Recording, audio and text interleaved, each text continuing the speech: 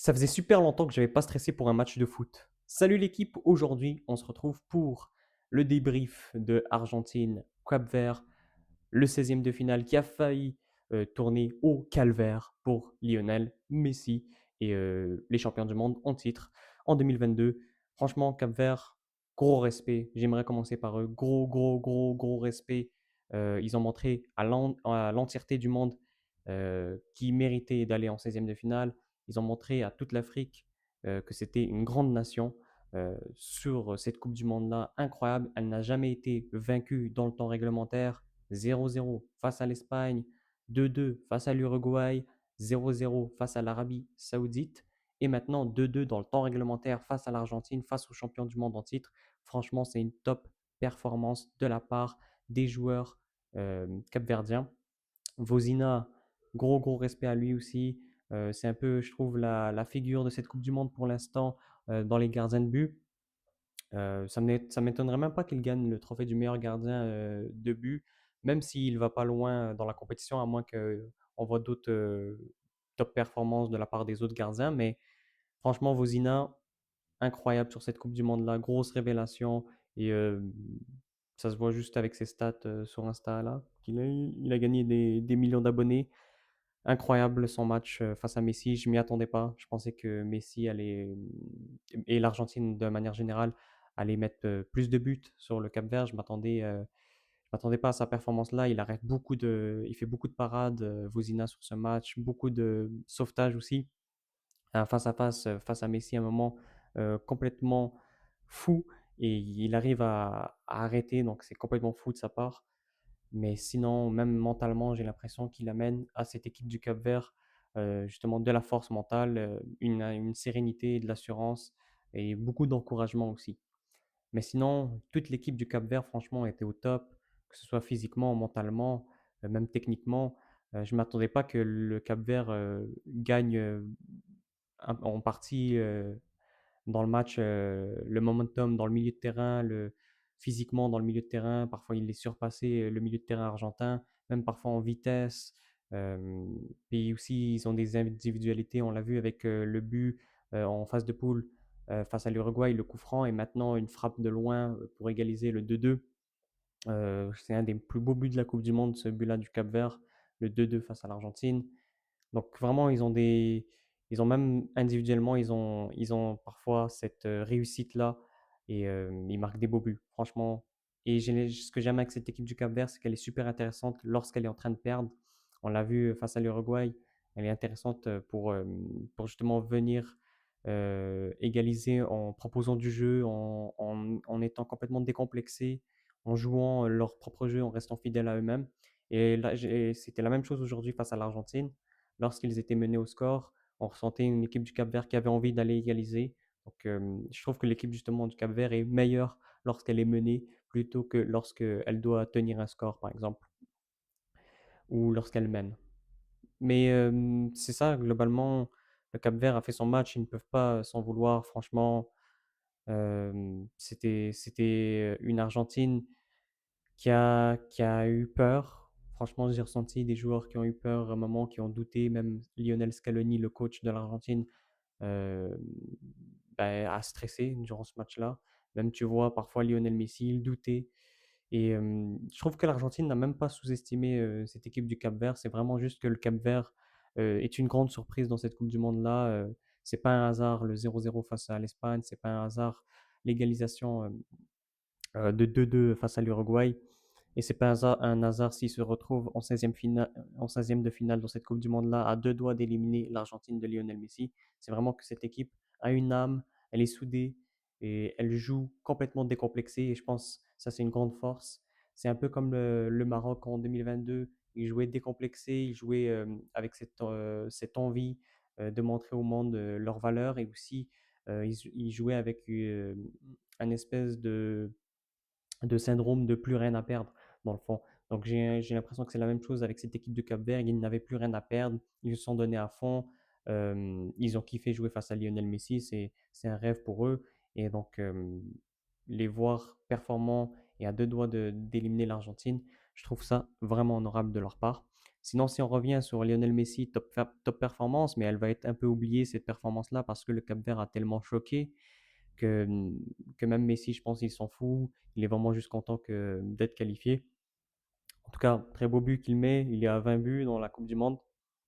Et aussi, il a un record d'assists maintenant avec le corner qu'il met pour le 3-2, but de Romero.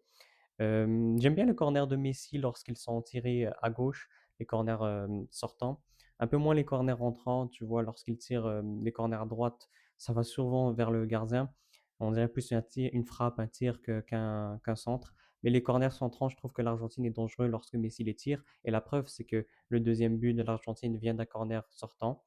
Certes pas directement, mais indirectement. Puis le troisième but de la victoire de Romero, le but de Romero, ça vient d'un corner sortant de la part de Lionel Messi.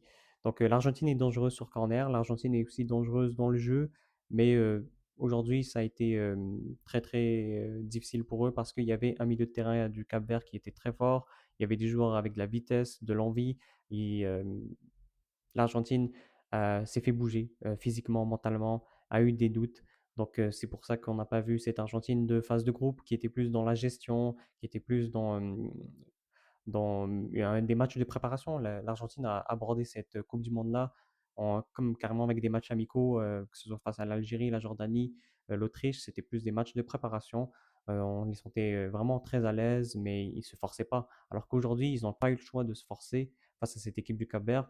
On rentre dans une toute nouvelle compétition avec ces matchs à élimination directe. C'est difficile pour tout le monde. On l'a vu pour tous les pays, l'Allemagne, sauf la France qui, tu as l'impression vraiment que eux, ils se forcent pas trop et ils arrivent à gagner. Mais aujourd'hui, on a vu l'Argentine se faire bouger et galérer. Et la compétition, là, c'est un peu un signal que faut donner plus en termes physiques, techniques, faut se bouger plus un peu. Parce que s'ils veulent regagner cette Coupe du Monde, ben, faudra être un peu plus performant parce que c'est vrai qu'ils se sont fait bouger. C'était pas une Argentine incroyable qui gérait tous ses ballons. Franchement, le score reflète vraiment le match. Mais c'est ça, Lionel Messi met un très beau but, excellent contrôle. Lorsqu'il met le but, tu te dis que ça va dérouler, mais en fait, non. En fait, non. C'est pour ça que gros respect au Cap-Vert qui, lorsqu'ils sont menés, gardent la tête haute, n'abandonnent pas. Et c'est ça qui est difficile dans le foot, c'est savoir se sortir des mauvais moments durant un match, être mené au score et ne pas relâcher, ne pas s'étouffer, ne pas s'asphyxier face au pressing de l'Argentine, au momentum, au temps fort de l'Argentine. C'est savoir justement marquer, prendre les miettes qu'on a, euh, tirer sur le but, créer des occasions alors que tu es mené. C'est vraiment toujours ça qui est le plus difficile au foot. Et ils l'ont fait le Cap-Vert. Et franchement, gros respect, gros respect. J'ai l'impression d'Ibou Martinez, le gardien de l'Argentine, c'est un peu assagi. Euh, Peut-être parce qu'il a déjà gagné la Coupe du Monde. Il se dit, voilà, plus besoin de faire rentrer dans la tête des joueurs et tout. Mais gros, les joueurs ont respecté le Cap-Vert, franchement. Ils ont eu peur, ils ont eu peur et je pense que qu'ils peuvent être contents d'être passés parce que et aussi d'avoir joué cette équipe du Cap-Vert parce que ça va leur donner une leçon que faudra donner plus pour essayer d'aller en finale, l'Argentine. Et faudra faire attention à l'Égypte. Là, ils vont jouer contre l'Égypte. Faudra faire attention à ce qu'ils vont proposer face à une autre équipe africaine. Mais sinon, c'est ça. Globalement, l'Argentine a gagné difficilement. Franchement, je pensais que ça allait aller au tir au but, mais finalement non. Ils ont gagné de manière, je dirais pas chanceuse, mais comme des champions. Donc, ils se sont sortis la tête de l'eau. Ça n'a pas été facile pour eux, mais ils ont réussi à faire le taf. Et Lionel Messi a eu très chaud parce qu'on n'était pas, on était à deux doigts de le voir sortir en 16e de finale. Et franchement, gros respect au Cap-Vert. Je ne le dirai jamais assez.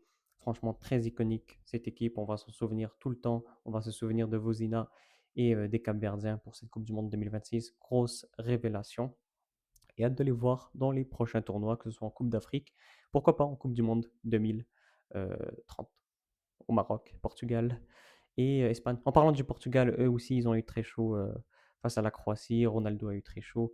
Et heureusement qu'il est qualifié. Ça va donner une belle affiche Portugal-Espagne. Et intéressant de voir les prochains matchs. De toute manière, que ce soit Portugal-Espagne, n'importe quelle équipe maintenant, il ne faut plus sous-estimer. Il ne faut plus. euh, il faut se dire que un match en 90 minutes, ça peut se gagner par n'importe qui.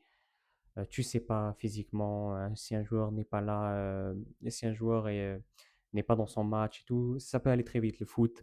Et c'est ça qui est beau avec ce sport. Bon, je pense que j'ai fait le tour du match. Gros stress pour ma part, honnêtement, ça fait longtemps que j'avais pas stressé pour un match de foot, alors que Messi a déjà fini le game. C'est peut-être mon âme d'enfant qui était fan de Messi qui a ressurgi. J'ai stressé pour lui.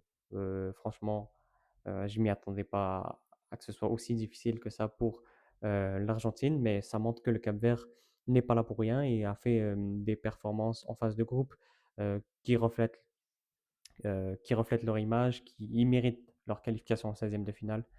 Et ils auraient peut-être même mérité une qualification en 8e de finale parce que ça s'est joué à très peu. Bon, je vous laisse. Je me suis quand même beaucoup amusé devant cette rencontre. Et je m'amuse, je prends du plaisir devant ces matchs de Coupe du Monde. Et hâte de voir la suite. Hâte de voir la suite. Les amis, je vous dis à la prochaine pour de nouvelles vidéos. Et hâte de voir l'Argentine-Égypte. Boy!